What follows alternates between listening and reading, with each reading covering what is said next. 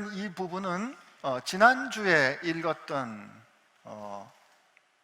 야벳과 함과 셋의 자손이 셈의 자손이 어떻게 퍼져나갔고 그 70개의 각각 다른 족속과 언어가 되는 그 사건을 설명해 주는 부분입니다. 그런데 이게 굉장히 중요해요.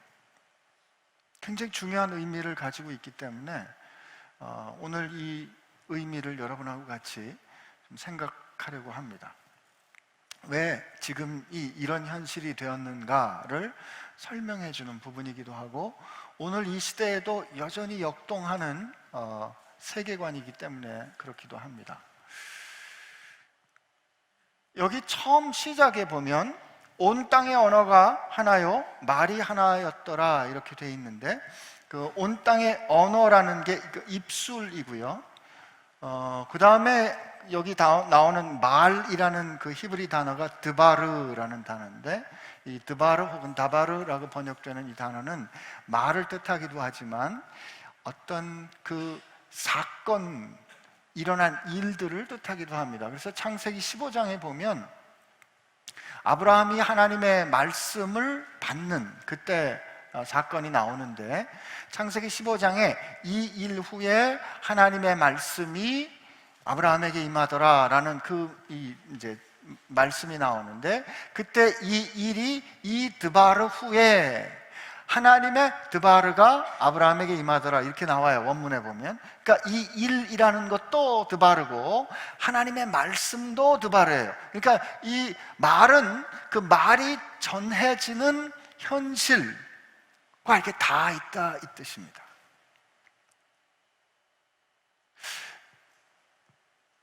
이 말을 조금 오늘 우리 시대와 이제 좀 견주어 우리가 생각해 보면, 여러분, 우리가 지금 같은 말 쓰고 있잖아요. 제가 여기서 말하는 제 말 이해 못하는 분 안 계시죠? 여러분 다 Can you speak Korean? 그 다음엔 계속 더 안 할래요. 다 한국말로 하고 있거든요. 그러나 우리 사회를 잘 보세요. 우리가 같은 말을 쓰면서 같은 현실 가운데 살아가는데 그 말을 가지고 오늘의 이 현실을 설명하는 게 아주 다릅니다. 여러분, 우리 똑같은 사회를 같은 언어를 가지고 설명하는데 전혀 반대로 설명하잖아요. 굳이 무슨 당 안 해도 아시겠죠? 똑같은 현실에 대한 이해가 다르단 말이에요. 똑같은 말을 쓰지만 똑같은 현실이 아니에요. 근데 오늘 나오는 이 일은 하나님께서 이들을 혼잡게 하시기 전까지는 이들이 같은 말과 같은 단어를 썼어요. 같은 언어를 썼어요. 그리고 함께 한 뜻으로 그 현실을 봤다 이 말이에요. 그러니까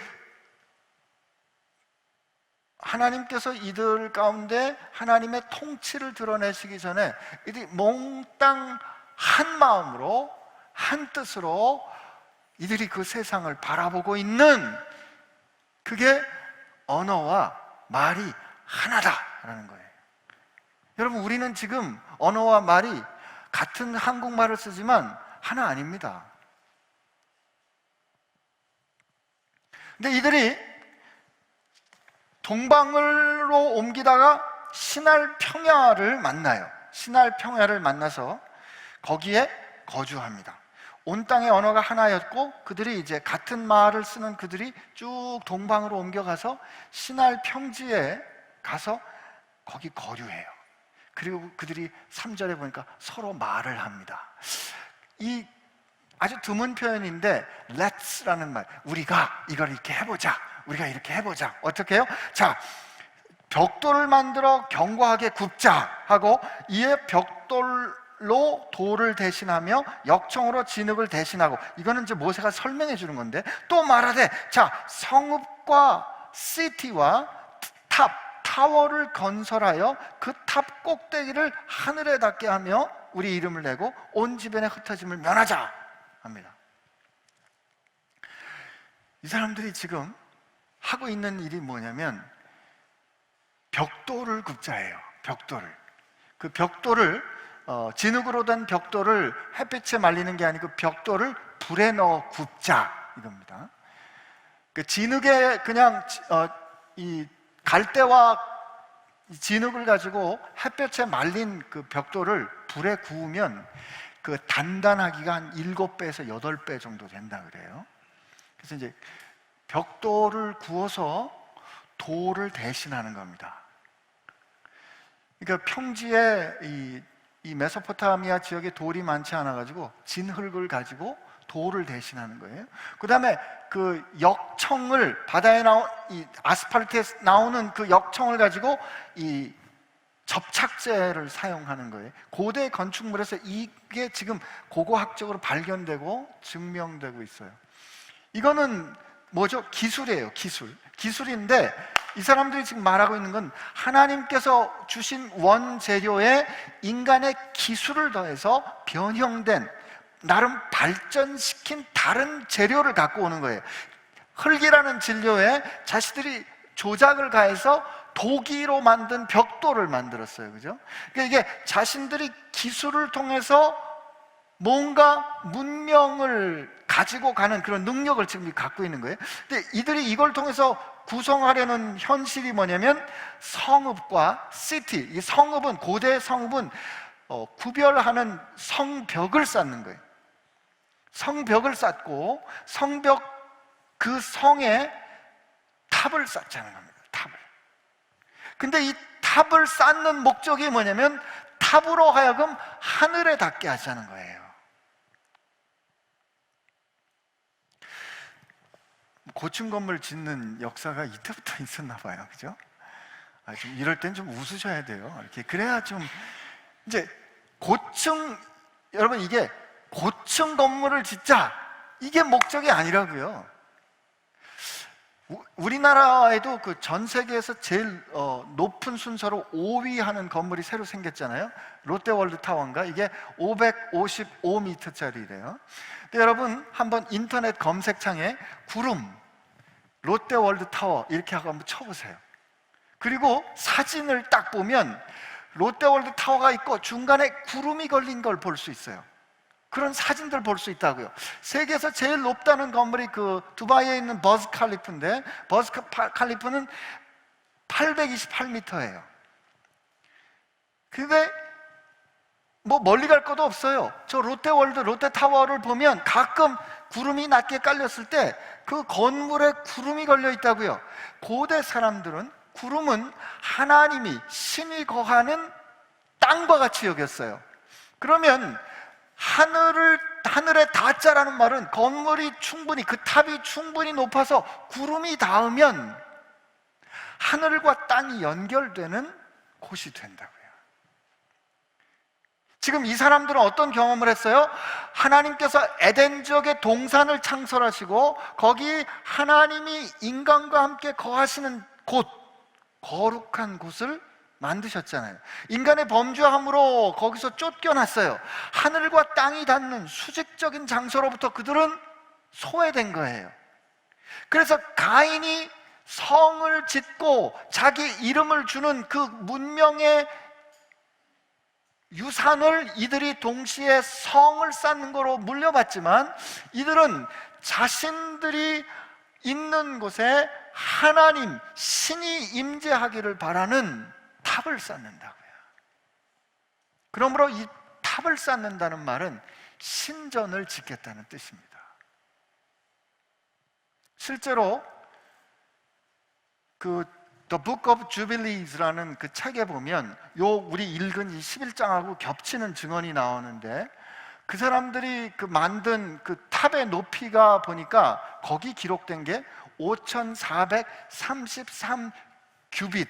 규빗은 요 높이고 그 다음에 두 손바닥 넓이라 그래요. 그거를 요즘 거로 환산해 보니까 1.55 마일이니까 2.5km 정도의 높이가 됐다는 거예요. 아무도 안 놀라시죠? 제가 지금 인간이 만든 가장 높은 마천루라는 게 하늘을 긁는다. 그게 마가 마찰이고 천이 하늘을 긁는 건물, 이게 마천루예요. 영어로 스카이스크래퍼라고 그러잖아요. 근데 그 하늘을 긁는 건물을 사람이 지은 거에서 지금 828m가 가장 높은 건데, 그 당시 고대 기록에 2.5km란 말이에요. 높이가 믿을 수 없잖아요. 그래서 이거는 전설이야 라고 생각했기 때문에 몇 해 전에 MIT에 있는 그 교수 한 분이, 그 재료공학자인데 린 헙스라는 분이 학생들하고 강좌를 할 때 고대 이 사람들이 한 디자인을 가지고 벽돌을 구웠어요. 벽돌을 구워가지고 그거의 인장 강도를 계산을 했어요. 근데 햇빛에 말린 거에 비해서 불에 굽고 나니까 한 7배에서 8배 정도로 단단해졌는데, 그 힘, 견딜 수 있는 힘을 요즘 기계로 측정해가지고 이 벽돌의 높이와 견딜 수 있는 하중의 힘을 가지고 당시의 피라미드와 같은 지구라트의 구조를 계산했더니 이론적으로 가능한 높이가 2마일이에요. 3.2km까지 쌓을 수 있다는 것을 MIT 교수가 증명한 거죠. 그러니까 바벨탑을 쌓는 그것은 그 당시의 증언이, 요즘 발견되는 건 그렇게 높지는 않지만 이게 가능한 현실이었다는 거예요. 이거가 목적은 아니에요. 근데 지금 그 타워를 그 대개 이 바벨론 사람들이 쌓은 그 지구라트 구조는 보면 사각형의 이 판들이 이렇게 피라미드 형태로 올라가고, 거기 계단이 있고 가운데 쭉 계단이 있고, 가장 높은 곳에 파란색 블루 타일로 되어 있는 신들이 거하는 장소가 있어요. 바벨론이 있는 그 가장 큰 그 지구라트의 이름이 The Foundation and Heaven and Earth, The Foundation of Heaven and Earth예요. 하늘과 땅의 기초가 이 이름이에요. 그 말은 무슨 뜻이냐면, 우리들이 이 계단을 통해서 원하는 때마다 언제든지 신을 만날 수 있다라는 뜻으로 바벨탑을 쌓은 겁니다. 여러분, 그러면 이렇게 그 하나님, 그 신을 위한 그 건물을 혹은 구조물을 만든다 그러면 그 신을 위한 구조물에는 누구의 이름을 두어야 할까요? 신의 이름을 두어야죠. 그죠? 우리 성경에 보면 장막 다음에 성전이 나올 때 하나님께서 다윗에게 너는 성전을 짓지는 못해, 그리고서 다윗에게 성전의 설계도를 주세요. 그리고 그 성전의 설계도에 따라서 솔로몬이 성전을 건축하고 봉헌했을 때 하나님이 뭐라고 말씀하시냐면, 이곳에 내 이름을 두겠다 그래요.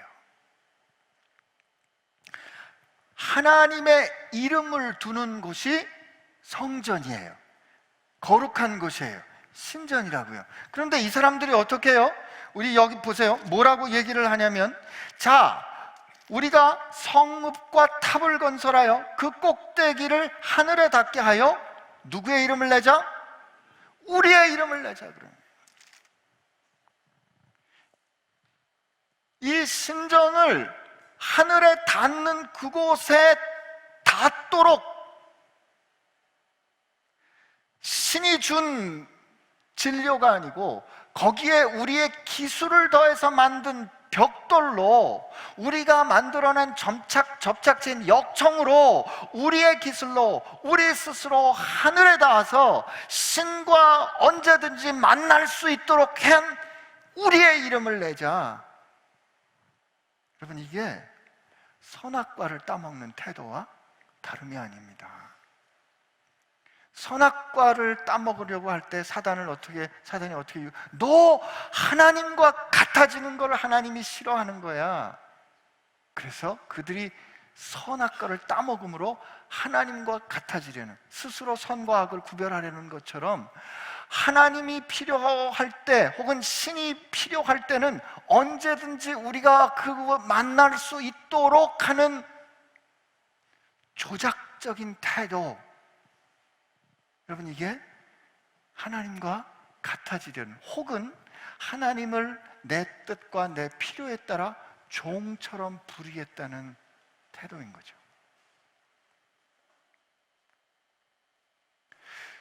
그들이 이 타워를 쌓아 올릴 때는 하나님을 위해서 거룩한 신께 바쳐진 곳이라고 말하지만, 결국 그것은 우리의 이름을 내고 우리의 이름이 이어져 가고 우리의 이름이 흩어지지 않도록 하는 자신을 섬기는 거였단 말이에요.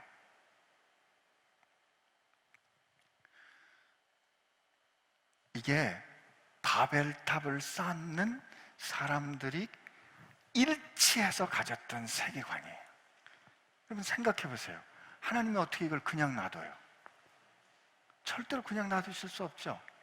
그래서 거기 보면 참 재미난 표현이 나오는데, 5절에 여호와께서 사람들이 건설하는 그 성읍과 탑을 보려고 내려오셨대요. 이게 저는 굉장히 재밌어요.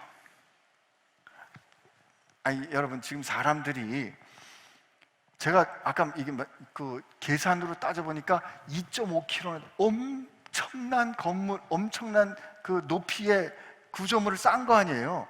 그리고 우리 저 롯데타워 올라간 다음에, 야, 저 멀리서 여기서도 보이네, 나가면 보이네, 다 깜짝 놀래. 야, 저긴 뭐 갈 필요가 없어, 그냥 보이네.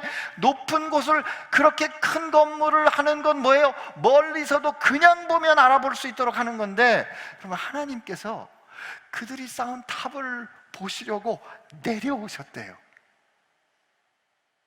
두 가지 의미가 있는데, 그들이 원하는 대로, 그들이 소원했던 대로 하나님이 내려오셨다는 뜻도 있지만, 그렇게 인간들이 하나님이 꼭 내려오셨어야 그걸 보실 수 있겠어요? 하나님은 그냥 아시죠. 그런데 왜 그 표현을 그렇게 했을까요? 하나님이 그거 보려고 내려오신 건 무슨 뜻이냐면, 하늘에서 보니까 안 보인다 이거야. 그렇게 작다 이겁니다.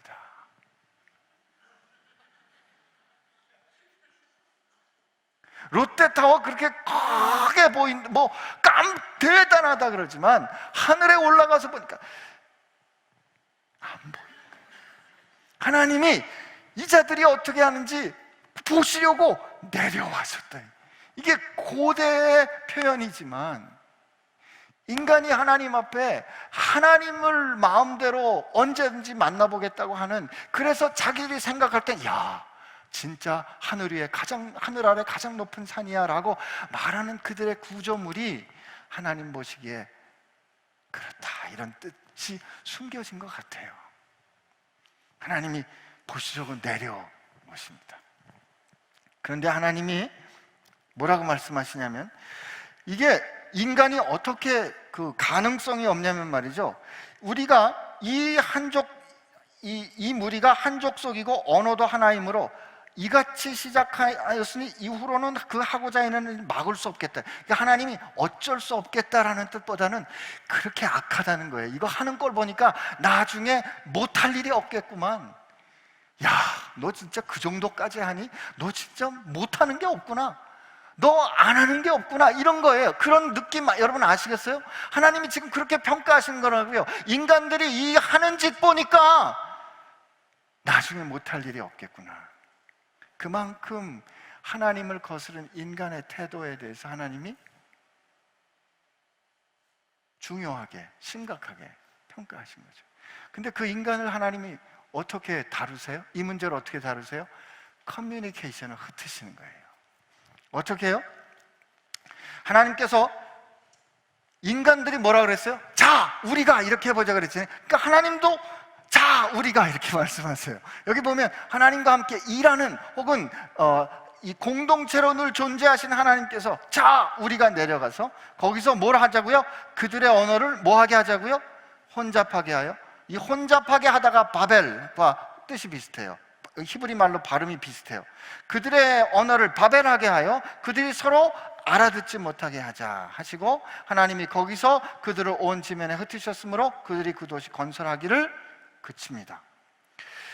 이 9절 9개 절인데 이게 굉장히 정교하게 구성되어 있어요.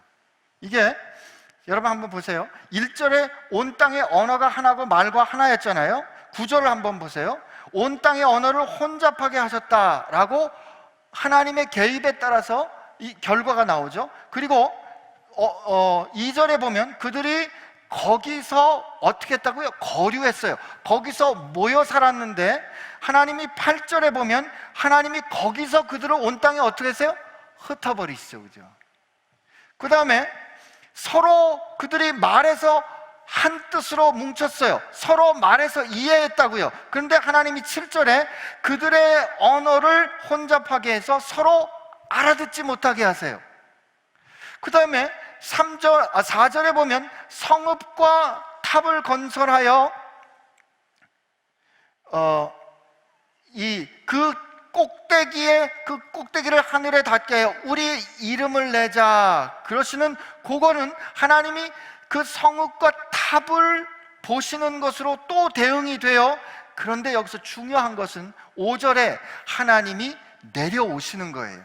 그러니까 하나님이 인생에 개입하시는 것을 중심으로 인간의 의도와 인간의 시도가 어떻게 하나님의 뜻에 따라 통치되는지를 보여준다. 근데 하나님이 이거를 문화적으로 통치하시는 거예요. 이들의 언어를 혼잡게 하심으로 말미암아 하나님은 이들의 의도, 하나님처럼 되려는 이들의 의도를 무산시키십니다. 그 결과로 오늘 우리가 그렇게 대학 시험 볼 때 영어 어렵게 봐야 되는 거예요.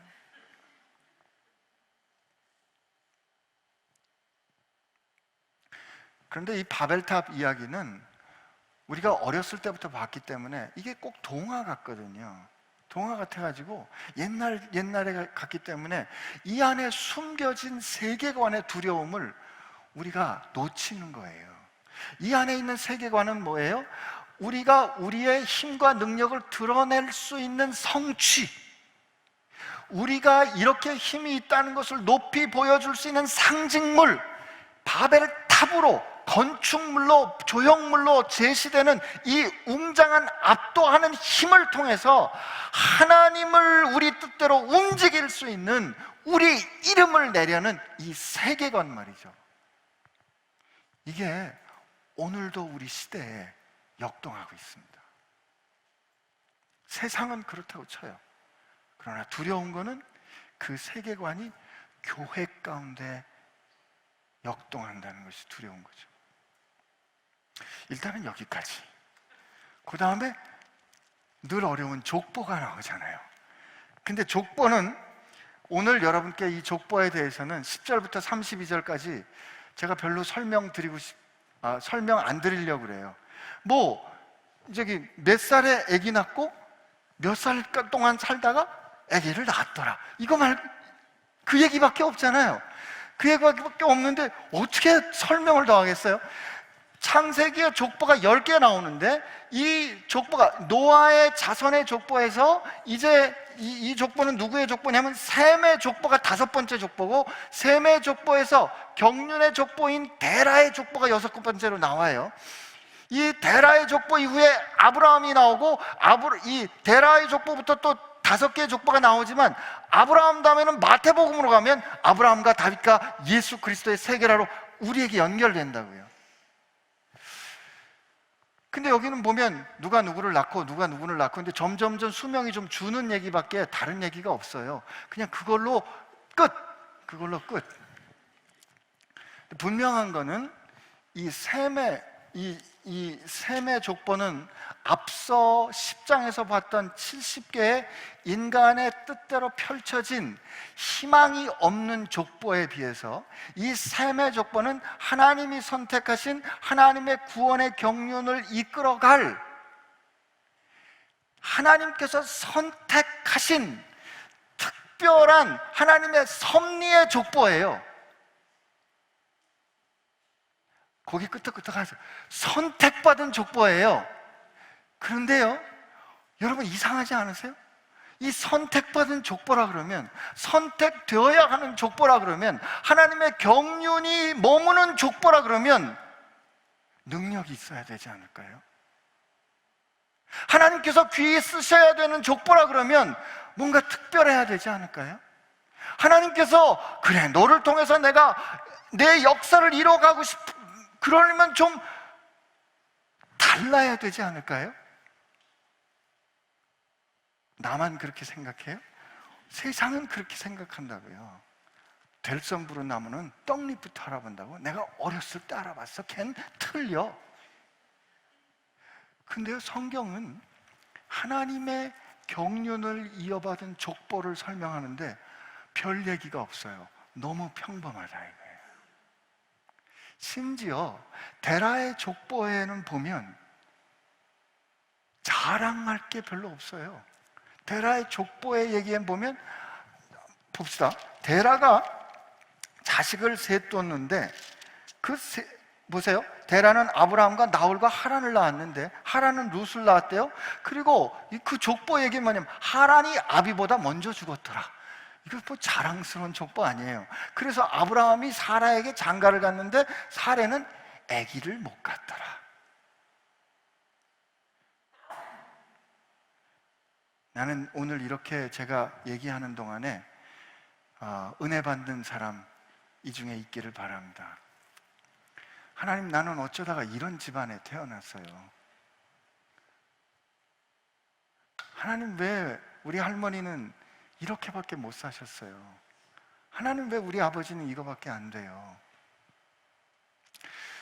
하나님은 아브라함이라는 약속의 씨앗을 선택하시는데 그 아브라함의 집안 얘기를 해주시는데 아브라함의 작은아버지죠, 그죠? 아브라함의 작은아버지 하란은 할아버지보다 먼저 죽었고 아브라함 부인은 아기 못 낳는 여자고, 이게 약속의 경륜을 이어갈 족보를 하나님이 설명해 주시는 소개라고요. 은혜 안 되세요? 우리는 이제까지 하나님께서 선택할 사람들은 이런 조건이 됐기 때문에, 이런 영광스러운 자질이 있기 때문에, 이렇게 준비를 했기 때문에 하나님이 그를 선택했다라고 늘 생각했잖아요. 그러나 하나님은 당신의 경륜을 이어가는 그 족보를 설명하는데, 집안의 자식이 아버지보다 먼저 죽은 집안, 부인이 아기 못 갖는 부인에게 장가간 그 집안, 그 사람을 통해서 하나님이 약속의 경륜을 이어간다. 얼마나 위로되시냐고요. 그분이 하나님이시고, 그래서 우리가 하나님의 집안 될 수 있는 거예요. 여러분과 제가 자격이 있다 그러면 어디 언감생심 하나님의 자녀 될 수 있겠어요? 우리 솔직히 우리 자신 잘 알잖아요.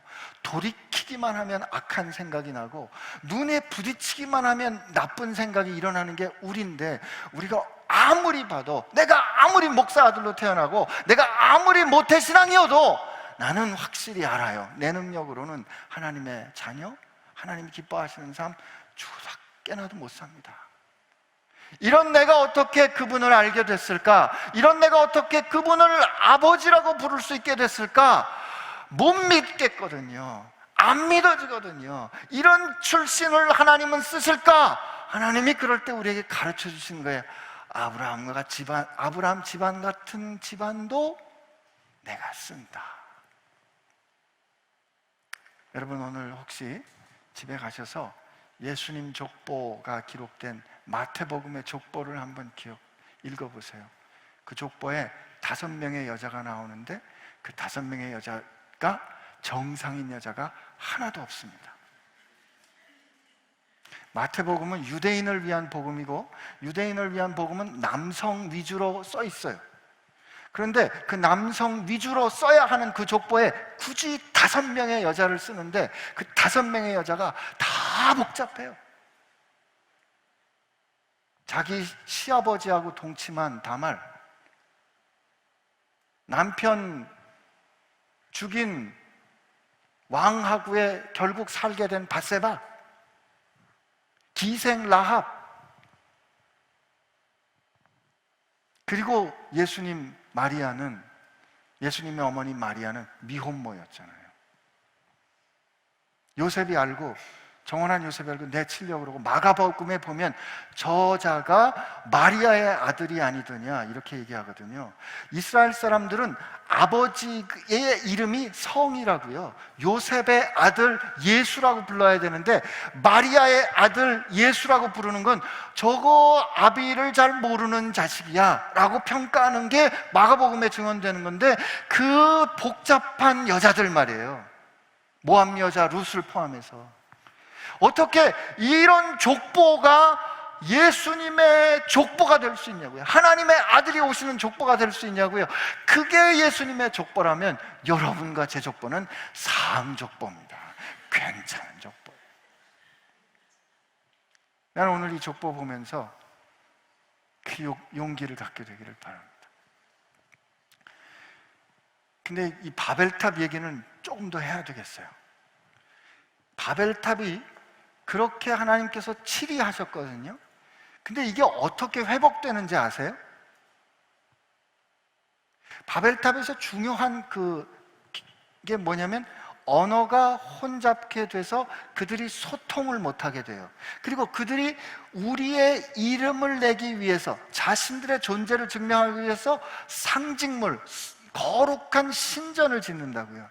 근데 보세요, 여러분, 이게 하나님께서 모세에게 하나님이 역사 가운데 인간들하고 늘 상시적으로 만나는 첫 번째 공식적인 장소로서 장막을 주시는 거고요. 그래서 출애굽기에 장막의 설계도와 건축 과정이 그렇게 길게 나오는 거예요. 중요하니까. 그 다음에 다윗과 솔로몬을 통해서 예루살렘에 성전을 주세요. 그 예루살렘의 성전, 모세의 장막에도 예루살렘의 성전에도 여호와의 구름이 빽빽하게 임하잖아요. 그리고 나서 이 성전이 무너지고 난 다음에 스룹바벨을 통해서 제2 성전을 수축하는데, 그때는 여호와의 영광이 보이지 않아요. 하나님의 임재를 경험할 수 없다고요. 그 사이에 에스겔 선지자가 그걸 보죠. 여호와의 영광이 예루살렘을 떠나는 걸 봐요. 그런데 어떻게 됐어요? 예수님께서 사마리아 여자하고 만날 때 사마리아 여자가 우리는 이 산에서, 당신들은 예루살렘에서 예배해야 된다고 말하는데 무엇이 옳습니까? 그렇게 말하니까 예수님 요한복음 4장에 이 산도 저 산도 아니고 하나님께 예배하는 때가 오는데 곧 이때라. 하나님은 영이시니 하나님은 예배하는 자를 찾으시는데 곧 진리와 성령으로 예배하는 자를 찾으신다. 예수님께서 이제 예수님이 오심으로 새롭게 풀어가는 경륜의 시대에는 어떤 특정 장소에 국한되는 것이 아니라 하나님께서 길을 열어주신 하나님의 말씀과 성령으로 예배하는 시대가 온다라고 말씀하시는 거예요. 그 말씀대로. 그리고 예수님께서 요한복음 17장에 기도하실 때 아버지께서 내게 주신 영광을 내가 저들에게 줍니다 이렇게 말했거든요. 제자들에게 줍니다. 그리고 그래서 그것을 다시 기록한 사도 요한이 요한복음 1장에 말씀이 육신이 되어 우리 가운데 장막을 펴시니, 이게 거하시니예요. 거하시니 우리가 하나님의 영광을 보았다 그랬어요. 하나님의 영광을 봤다는 말은 예루살렘을 떠났던 하나님의 영광이 돌아오는 거예요. 그 돌아왔던 예수님께서 약속하신 대로 너희가 약속한 바 성령을 기다려라. 성령을 기다리는 건 뭐예요? 이제 하나님께서 우리 모두 가운데 거하신다는 뜻이에요. 고린도전서 7장에 여러분은 성령이 여러분 안에 거하는 하나님의 거룩한 성전인 줄 모르십니까? 라고 얘기하거든요. 그 사도행전 2장에 그들이 모여서 어느 한 곳에 모였다 그래요. 어느 한 곳에. 그 사도행전 2장에는 one place예요. 그런데 그 전에 그들이 유하는 사도행전 1장에 보면 다락방이에요. 다락방. 그들이 그곳에서 120명이 모여 있었을 때 성령께서 그들 가운데 임하시는데, 성령께서 임하셔서 그들이 각각 다른 언어로 말하기 시작했는데, 그 다음에 보세요. 다른 언어로 말하기 시작한 그들의 고백과 그들의 선포와 그들의 찬양을 각각 천지 사방에서 온 사람들이 각각 자기 언어로 알아듣는 거예요. 무슨 얘기를요? 하나님께서 행하신 놀라운 일을 각각 자기 언어로 알아듣더라는 거예요. 나는 이 역사가, 이 현실이 빨리 왔으면 좋겠어요. 내가 한국말로 설교하면 러시아 사람은 러시아로 알아듣고 영국 사람은 영어로 알아듣고 이러면 얼마나 좋겠어요. 그 역사가 일어났다는 말은 하나님께서 언어를 혼잡케 하셨던 그 개입이 회복됐다는 뜻이에요. 여러분, 여기서 초대교회 사람들이 성전에 매일같이 갔어요. 그때 헤롯 대왕이 지은 훨씬 수룹바벨 성전보다 큰 성전이 있었다고요.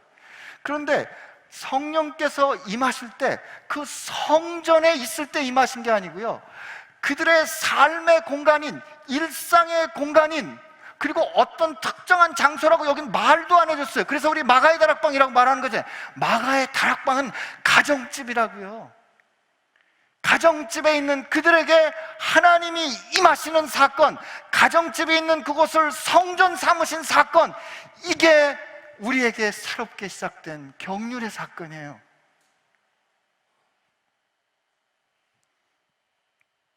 그 시대를 지금 여러분과 제가 살고 있는 거예요.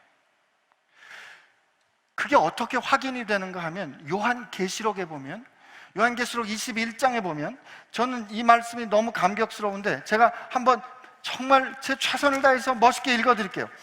그냥 들어보세요.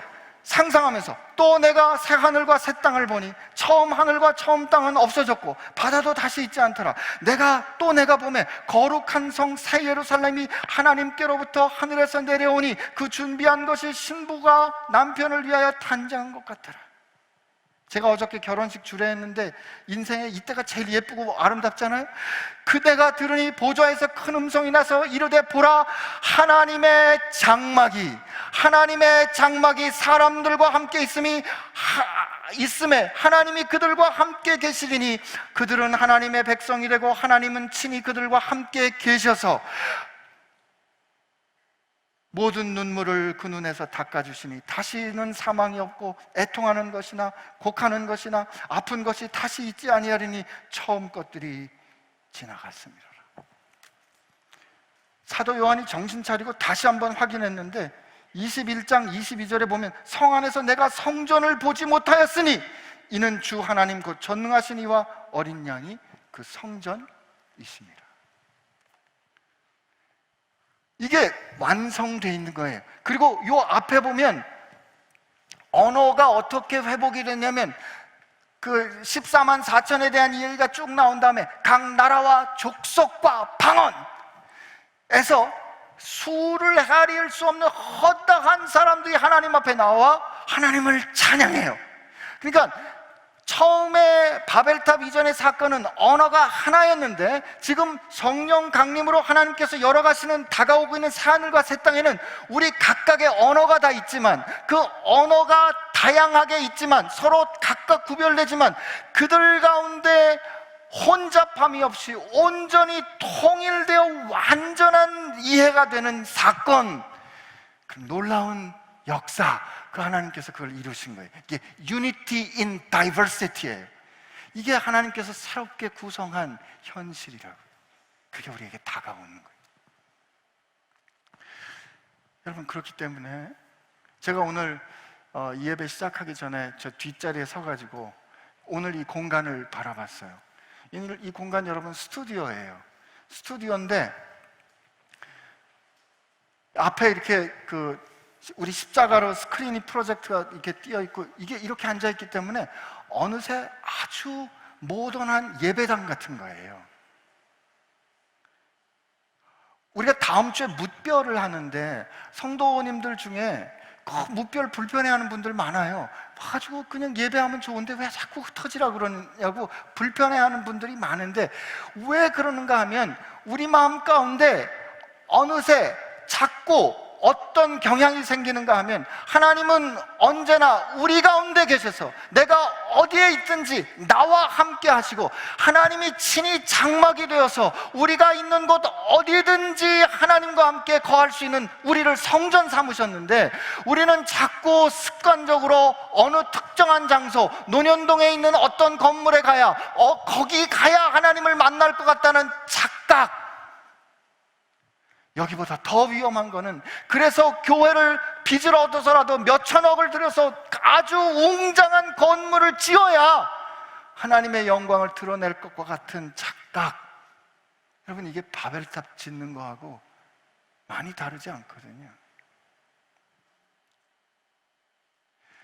여러분, 그렇기 때문에 우리 안에 계시는 하나님의 영광, 말씀이 육신이 되어 우리 가운데 거하심에 우리가 독생하신 이의 그 영광을 바라보는 그 은혜를 따라가는 것, 이거는요 그냥 우리 교회가 좀 특별하게 해보자 정도가 아니라 하나님께서 지금 바벨탑 사건을 이어 이제 그것을 회복시키시는 하나님의 새로운 경륜에 우리가 순종하는 거라고요. 여러분, 이게 무별이에요. 하나님은 이 바벨탑을 회복시키셨어요. 이 사건을 이제 하나님은 새로운 역사로 정리해 놓으셨다고요. 우린 그 시대에 살고 있는 겁니다. 그러므로 우리가 어느 특정한 지역과 특정한 장소에 얽매이지 않고 어디에 있든지 어디를 가든지 하나님의 장막이 되는 역사를 누려야 되는 책임이 여러분과 제게 있는 거예요. 아멘. 하나님께서 그거를 하시는데 출신은 안 보신다, 안 따진다. 아니, 따지시죠. 나쁠수록 괜찮아요.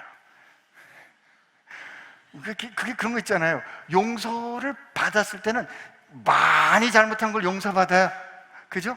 하나님은 우리가 얼마나 수준 이하인지를 아시는데 하나님은 우리를 당신의 아들의 생명으로 값주어 당신의 족보에 편입시키기에 합당하다라고 평가하셨어요. 그 하나님의 은혜를 기억하시고, 여러분, 괜히 뭇별이 이게 뭐야 이렇게 하지 마시고요.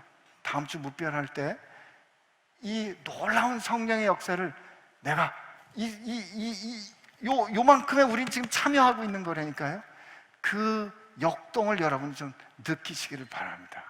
특별히 다음 주에 그런 기대를 가지고 거기에 역사하시는 하나님, 여기도 저기도 아닌, 논현동도 아닌 여기에 신령과 진정으로 예배할 때 하나님을 만나는, 내가 하나님과 함께하고 있음을 확인하는 그런 축복이 여러분에게 있기를 바랍니다. 우리 그런 뜻에서 우리 한번 이 찬양하고 오늘 예배 마쳤으면 좋겠는데요.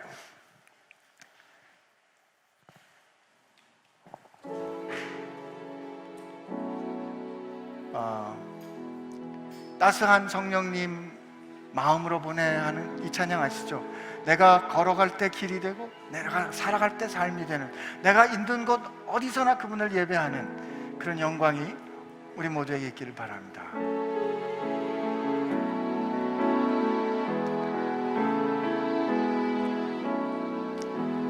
따스한 성령님 마음으로 보내 내 몸을 감싸며 주어지는 평안함 만족함을 느끼네. 사랑과 생명이 마음으로 보내 내 몸을 감싸며 주어지는 평안함 만족함을 느끼네. 신 곳에서 나는 예배하네. 어떤 상황에도 나는 예배하네. 신 곳에서 나는 예배하네. 어떤 상황에도 나는 예배하네. 내가 걸어갈 때 길이 되고 살아갈 때 삶이 되는 그곳에서 예배하네. 내가 걸어갈 때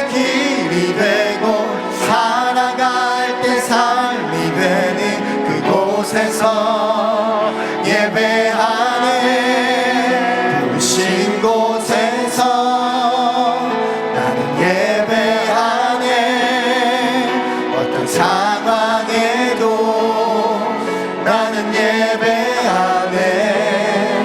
부르신 곳에서 나는 예배하네.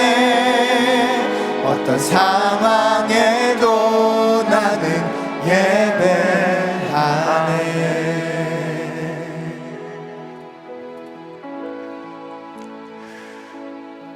여러분 기억하십시오. 우리가 모여야 돼요. 모여야 돼요. 그러나 모일 때만 하나님을 만날 수 있다는 건 잘못된 거예요. 하나님은 우리를 모으고 또 보냈습니다. 오늘 우리가 이렇게 모였다가 세상을 향하여 부르신 곳으로, 보내시는 곳으로 흩어질 거예요. 하나님, 이곳에서 내가 하나님을 예배하는 영광, 하나님이 나와 함께 동거하시는, 하나님이 내 삶의 장막을 펴시는, 그래서 내가 눈물을 흘릴 때 내 눈물을 닦아주시고, 내가 힘들어 연약할 때 내 짐을 짊어져 주시고, 그리고 하나님과 함께 독수리 날개를 타고 저 날아오르는 영광, 그 예배의 영광, 삶이 예배가 되는 영광을 허락하여 주옵소서. 이거는 합당한 소원이에요. 오늘 이 시간 하나님 앞에 우리 같이 기도할 때 하나님의 영광이 내게 허락된 영광인 줄로 믿습니다. 아버지께서 내게 허락한 영광을 내가 저들에게 주시겠다 하셨사오니 주여 이 영광 내게 허락하여 주옵소서. 우리 하나님 앞에 이렇게 같이 한번 구합시다.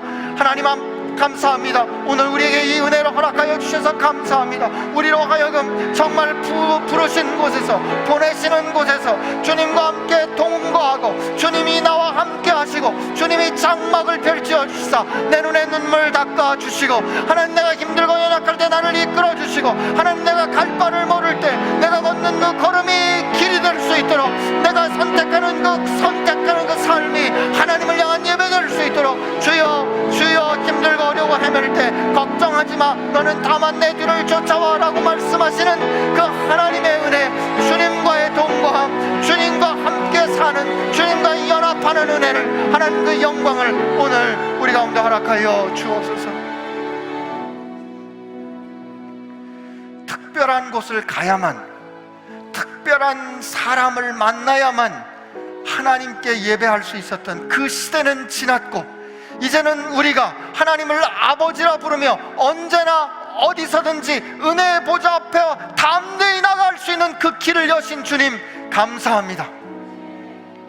이제 주님의 그 경륜을 믿고 이제 저 세상에 나아가 주님과 함께 동거하며 주님이 이끄시는 대로 우리 삶이 주님을 향한 예배되는 영광을 우리에게 허락하여 주옵소서.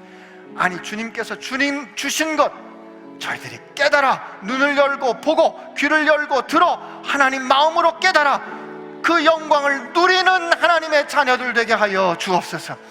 이제는 우리를 위하여 생명을 주시사 그 새길을 여신 예수 그리스도의 은혜와 우리가 있는 그 자리, 부끄러운 그 삶의 자리, 우리 가운데 오셔서 내가 있는 곳 거룩한 곳이니 내 스스로 너를 지키려는 신발을 벗고 나를 믿으라 말씀하시는 하나님 아버지의 사랑하심과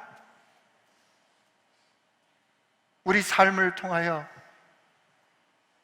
예배받기를 기뻐하시는, 직장에서 결정하는 것이 기도요, 누군가를 위해서 내가 애쓰며 마음 쓰는 것이 나를 향한 찬양이라고 받아주시는 성령님의 힘주심과 역사하심이 이제 바벨탑의 길이 아니라 예수 그리스도의 길을 따라 걷기로 새롭게 결심하는 사랑하는 지체들과 함께 하시기를 주의 이름으로 축원하옵나이다.